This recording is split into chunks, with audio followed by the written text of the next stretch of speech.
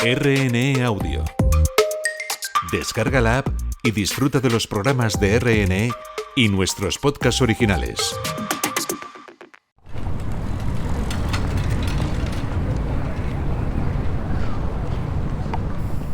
Era el mejor de los tiempos y era el peor de los tiempos.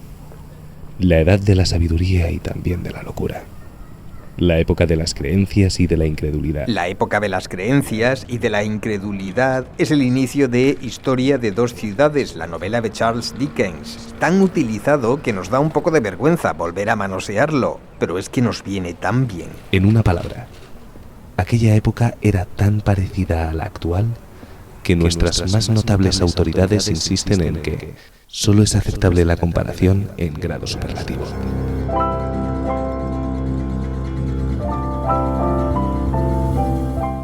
¿En qué época está Francia ahora mismo? ¿Qué clase de país es? ¿Es Francia su presidente, el audaz Emmanuel Macron, liberal, europeísta, que planta cara a Donald Trump con sus gafas de sol de diseño? Sometimes it's too slow, for sure. ¿O la Francia de verdad se parece más a Marine Le Pen y a Jordan Bardella, los líderes de la extrema derecha, con sus estilismos un poco demodés, pero cuyos discursos nacionalistas están mucho más en boga en el mundo? Mais ici, c'est la France! C'est à vous, peuple souverain, que reviendra le dernier mot. Es más francesa la exhibición de cultura woke sin complejos que asombró y descolocó al mundo en la inauguración de los Juegos Olímpicos de París. Ay, sí, muy bonito, está muy padre. Increíble, nos encantó. O la tractorada casi permanente de sus agricultores enfadados en las autopistas. ¿Es Francia el país de Gisèle Pelicot, el símbolo universal del coraje feminista? J'ai la force de mener ce combat jusqu'au bout. ¿O es el país de Quentin Derang, el joven ultraconservador linchado hasta la muerte en Lyon por militantes ultraizquierdistas? Francia, claro, es una cosa y es otra, como cualquier país, en cualquier momento, una mezcla de luz y de tinieblas, de esperanza y desesperanza, que diría el bueno de Dickens. Pero el juego de las dos Francias ayuda a explicarnos una cosa importante, la existencia de una fractura por la que se está desgarrando la idea de Francia. Una línea de falla que es la misma que se abre en Europa y en Occidente. Dos relatos paralelos y a la vez los dos cargados de razón. Uno de un hombre de izquierdas que fue guerrillero en Colombia y ahora es una eminencia internacional del urbanismo sostenible, y el otro de un ganadero francés orgulloso conservador que jura por Morante de la Puebla. Dos hombres que se contradicen y a su manera son perfectamente sensatos, que viven en el mismo país y a la vez en países diferentes, uno en París y otro en Nimes, una historia de dos ciudades.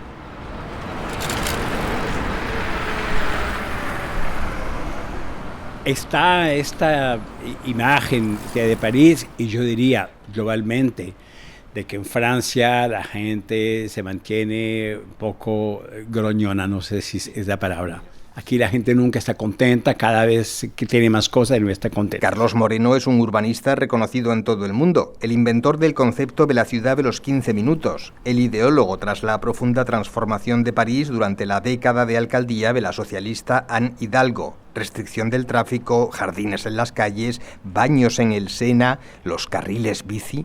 Yo sí diría que en estos tiempos complicados, cuando el populismo está ganando mucha fuerza a nivel mundial, la xenofobia, sentimientos muy radicales que se alejan del humanismo, esto está impregnando muchos lugares y creo que dentro de ellos París no será completamente hermético frente a lo que está pasando. Moreno llegó a París como refugiado político en 1979, tras haber militado fugazmente en la guerrilla colombiana M-19. Ahora dirige una cátedra de urbanismo en la Universidad de la Sorbona. Nos recibe en su casa junto a la ribera del Sena. Desde la ventana, un trasiego constante de bicicletas.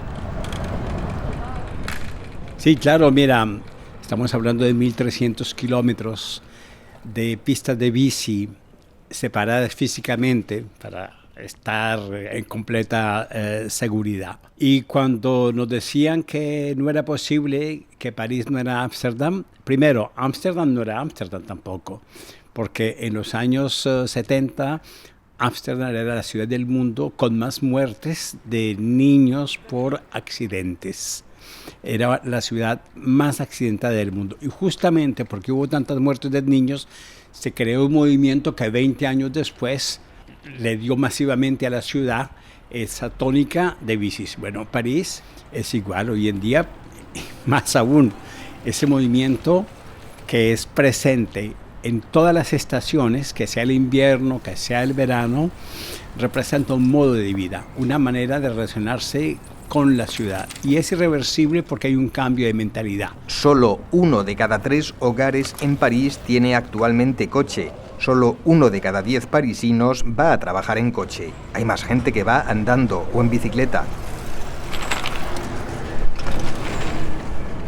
Es una recuperación del espacio público para la gente que hoy en día nos enorgullece viendo aquí por la ventana tantas personas que transitan en bici simple, doble, cargo. Los jóvenes ya no toman la licencia de conducir.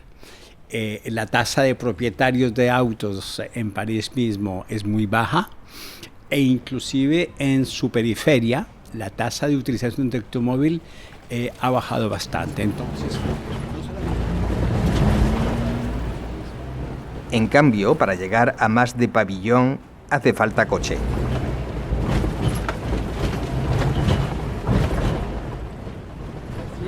Son mis amigos. Bonjour. Buenos días. Buenos días. ¿Cómo está usted? Sí. La vivienda y explotación ganadera de Benjamin Cuillet está a 10 kilómetros de Nimes, por una carretera embarrada llena de baches. ¿Y los toros este año cómo van? El Leo fue un cemental 2 años. Neron, Rey, cada uno tiene su nombre y su apellido. ¿No tiene un buen par de estacas? Él es un cemental que se rompió la pierna. Una vez allí, Benjamin nos sube a la plataforma de un tractor. Entrevista mientras repartimos balas de paja a toros de la Camarga. Impresionantes reses para los encierros típicos del sur de Francia. Es una pasión, ¿eh? Es una pasión totalmente. El problema es que para hacer funcionar esta cosa, tengo que pasar 2 días semana a la oficina para hacer papeles. Y no lo aguanto. Para ser ganadero camargués, tú tienes que tener 1 hectárea por un toro. Es la manera de ganado más expensiva de Europa. Comen hierba y heno que producamos nosotros. Nada de tóxico, nada. Pero de repente la trazabilidad de las cosas son más trazados que un ser humano. Es que sacamos el sangre por análisis, sacamos el ADN por análisis. Son trazados como si era criminal.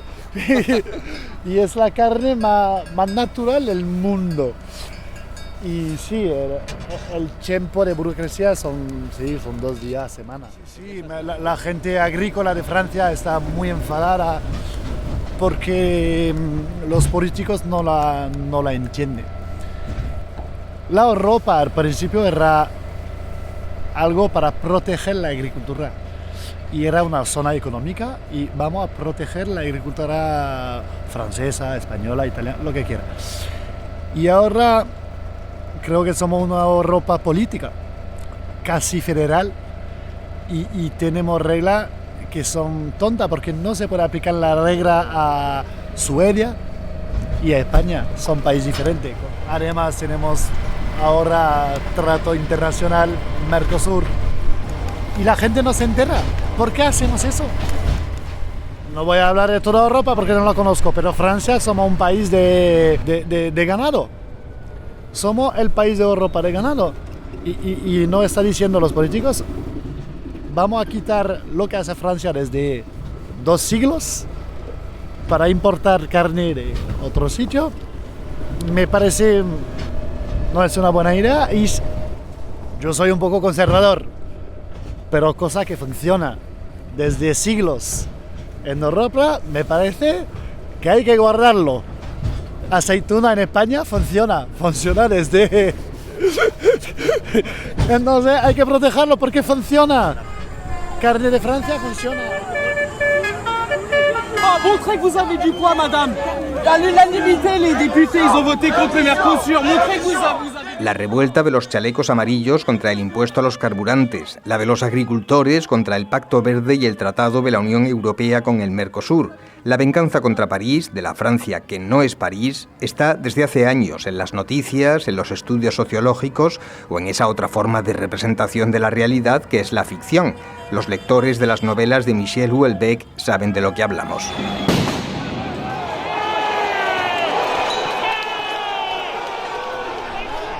Las movilizaciones son cada vez más agresivas porque la gente está muy cansada de la situación y no tenemos enfrente respuesta. No hay ni una respuesta. Vamos a hacer eso y no vemos nada. Y yo lo veo mal. Creo que va a pasar un drama. ¿Violencia o algo? Sí, se va a convertir en guerra social, casi en guerra civil. No lo veo de otra forma. Alguien que trabaja 60, 70 horas a la semana y que gana 500 euros por mes. ¿Cuánto tiempo puede existir esta situación? Imposible.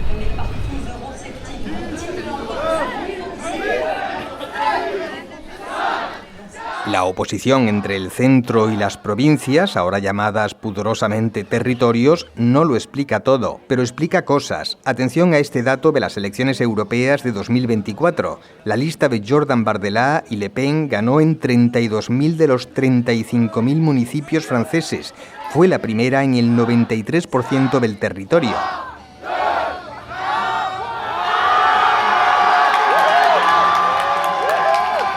En cambio, en París, icono de Francia fuera de Francia, quedó la sexta. Yo digo que es el momento de mirar para atrás hace 30 años cómo estaba París, hace 20 años cómo estaba París, hace 10 años cómo estaba París. 10 años es el periodo de Ana Hidalgo. En 10 años se ha disminuido la polución de París por 2 en partículas finas. Se han creado pistas de bici, se han abierto escuelas, se ha generado capacidad de acceder a un bienestar cultural, a un bienestar para los niños. Se ha incrementado la vivienda social. Entonces, ese sentimiento a veces de nunca estar contentos va con la idiosincrasia, no solamente parisina, sino francesa, pero hay momentos en que hay que decirse: si mañana el populismo llega a París, bueno, ya vemos lo que está pasando en otros lugares del mundo y yo creo que lo lamentaríamos muchísimo con respecto a lo que tenemos hoy. No es que París no tenga sus propias querellas. Hidalgo se retira con una cota de popularidad baja. Las reformas inspiradas por el profesor Moreno han suscitado fuertes reticencias, sobre todo en los barrios de mayor renta. Pero es un cabreo diferente. El giro populista es en París más débil y tiene otro color. En vez del reagrupamiento nacional de Marine Le Pen y Bardella, Bonjour les amis, est-ce que vous vous rappelez de Coxy? La candidata de extrema derecha de moda en la capital es Sara Knafo, experta en comunicación política que hace campaña en motocicleta imitando los modos del progresista alcalde de Nueva York.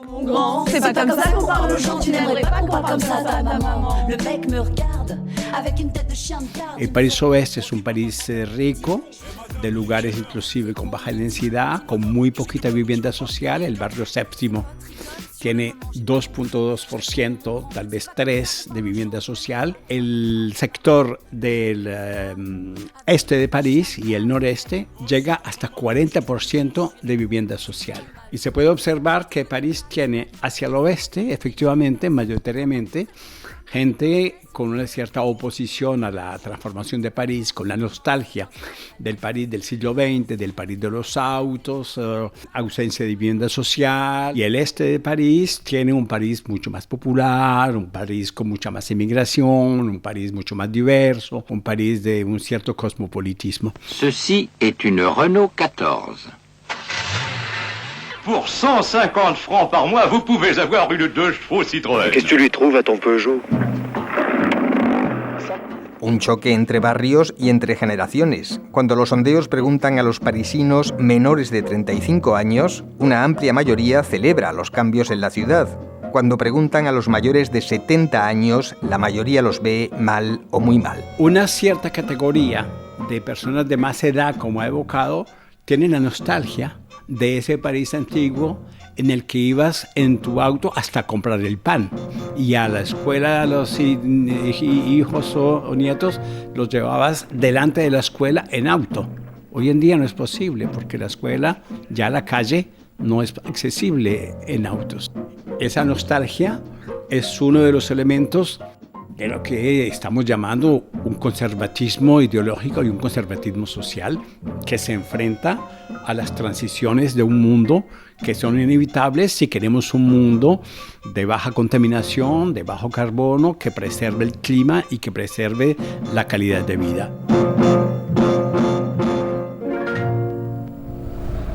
Y las hembras son aquí en la colina, que hay bosque, entonces, porque nacen los añojos ahora. Se van al bosque con los terneros. Accoucher. Vale, para dar a luz, parir. Sí. Dios bendiga la madre que te parió. Exacto. Benjamin Cuillet también se mete en política. Concurre a las elecciones municipales en una lista conservadora. Aspira a convertirse en el responsable de las fiestas de toros de la municipalidad de Nimes. ¿Qué torero te gusta ahora? Morante, No soy morantista. Además de criar reses para encierros, Benjamin es un erudito de la fiesta nacional española. En 2022 fue una de las voces que clamó contra el intento de izquierdas y ecologistas de prohibir las corridas en Francia. Hemos ganado tiempo, pero claro que la pregunta volverá. Cuando los políticos no saben qué hacer y qué decir, salen este tipo de tema cultural o no sé qué. Vamos a prohibir eso, vamos a prohibir... ¿Hay un poco de revival taurino? O... Sí, claro. Tenemos una progresión de las entradas en la Plaza de Toro desde la Ley Caron. Y también en Francia conocemos este cosa, o los jóvenes necesitan referencias. Y se ve que hay mucho más joven que vuelve a la iglesia, que vuelve a los toros, que vuelve a cazar, que vuelve a algo de tradicional y de cultural a su tierra. Y claro que se nota. Yo sé que se nota en España, se nota mucho en Francia. La manera de vivir, de comer. La gente había olvidado de comer el domingo con los amigos y la familia, y se nota que volvemos a este tipo de cosas. Y me parece bien. Mientras Benjamin Cuillet daba la batalla por las corridas de toros, Carlos Moreno lidiaba con otro tipo de cornadas. Una campaña ultra en redes sociales le puso en la diana, le señaló como un supuesto agente al servicio del complot mundial. Su ciudad de los 15 minutos ocultaría en realidad un plan para mantener encerrada a la población. Bueno, aún aparece todavía, pero ya no tiene las proporciones que tuvo, sobre todo el primer semestre del 2023. La extrema derecha mundial hizo una amalgama entre el cambio climático, diciendo que esto que queríamos era con el cambio climático que no existe. Tenemos hasta presidentes que lo niegan. Con el COVID, en el que decían que era un arma biológica y que la vacuna era para inyectar chips 5G y controlarnos mentalmente, y que entonces mi concepto iba en este complot mundial de un gobierno invisible. Creo que en el día era científico y por la noche creo que era lagarto o Illuminati, ¿no? Around the world against something called 15-minute cities. What exactly is a 15-minute city? Pareciera que todo está calculado. Por un lado. Claro, fue muy duro porque vivimos con mi mujer, mi familia, amenazas de muerte. Estuvimos, cuando teníamos ciertos desplazamientos, bajo protección de la policía. Yo le agradezco mucho a la comunidad científica mundial, que realmente tomó la defensa de la libertad de investigación, el respeto por mi trabajo. Soy muy agradecido por la prensa mundial, fact-checking, porque la prensa mundial hizo su trabajo, que no estamos encerrando a nadie en sus casas, que no estamos conectando la cabeza de la gente con teléfonos 5G, con un chip. Los Juegos Olímpicos mostraron que París es una ciudad en la que podemos ir a donde queramos, y más allá, las grandes organizaciones e instituciones de alcaldes en el mundo adoptaron este concepto, tanto de izquierda como de derecha, verdes o liberales. Benjamin Couillet cree que el discurso ecologista dominante en París resulta absurdo cuando se lleva al campo. No reconocer que la Camarga es el lecho del humano desde 200 años me parece una tontería histórica. Y se ve que no funciona porque yo he conocido zonas de Camarga de una riqueza increíble que ahora son casi muertos. También los jabalíes no quieren ir, para decir la tontería que es. La naturaleza pura en Europa no existe. Somos un territorio pequeño y el ser humano desde 10 millones de años ha cambiado todo. No existe. Existe la naturaleza pura en Rusia o en Quebec. Al profesor Carlos Moreno lo que le parece absurdo es el regreso del pensamiento demagogo y retrógrado.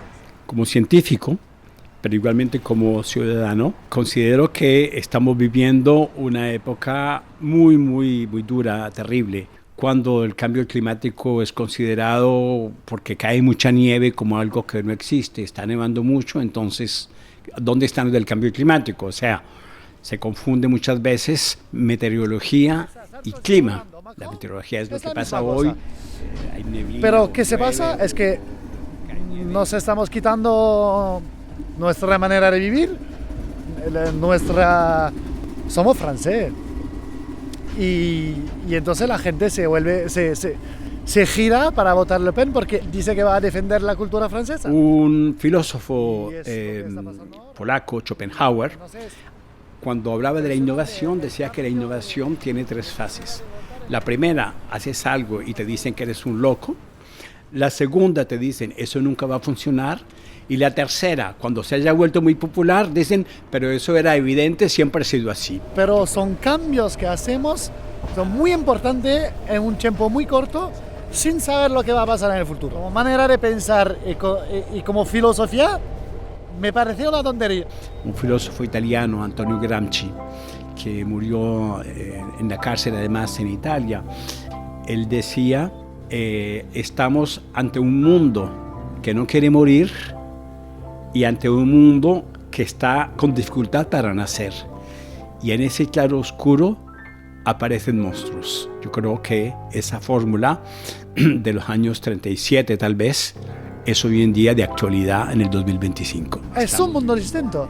La manera de pensar y de votar entre París y la Francia de fuera es increíble, son 2 países diferentes. Francia afronta este año elecciones municipales, el año que viene presidenciales. ¿Pueden las 2 ciudades reencontrarse en un mismo país? ¿O la grieta es ya demasiado grande y en el estado central de la Unión Europea, una de las 2 Francias, de las 2 Europas, va a imponerse y frustrar a la otra?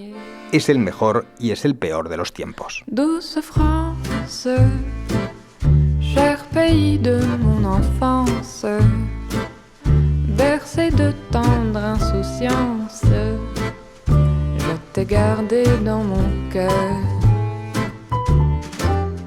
Mon village, au clocher, aux maisons sages, où les enfants de mon âge ont partagé mon bonheur. Oui, je t'aime et je te donne ce poème. Oui, je t'aime dans la joie ou la douleur. Douce France, cher pays de mon enfance, bercé de tendre insouciance, je t'ai gardé dans mon cœur.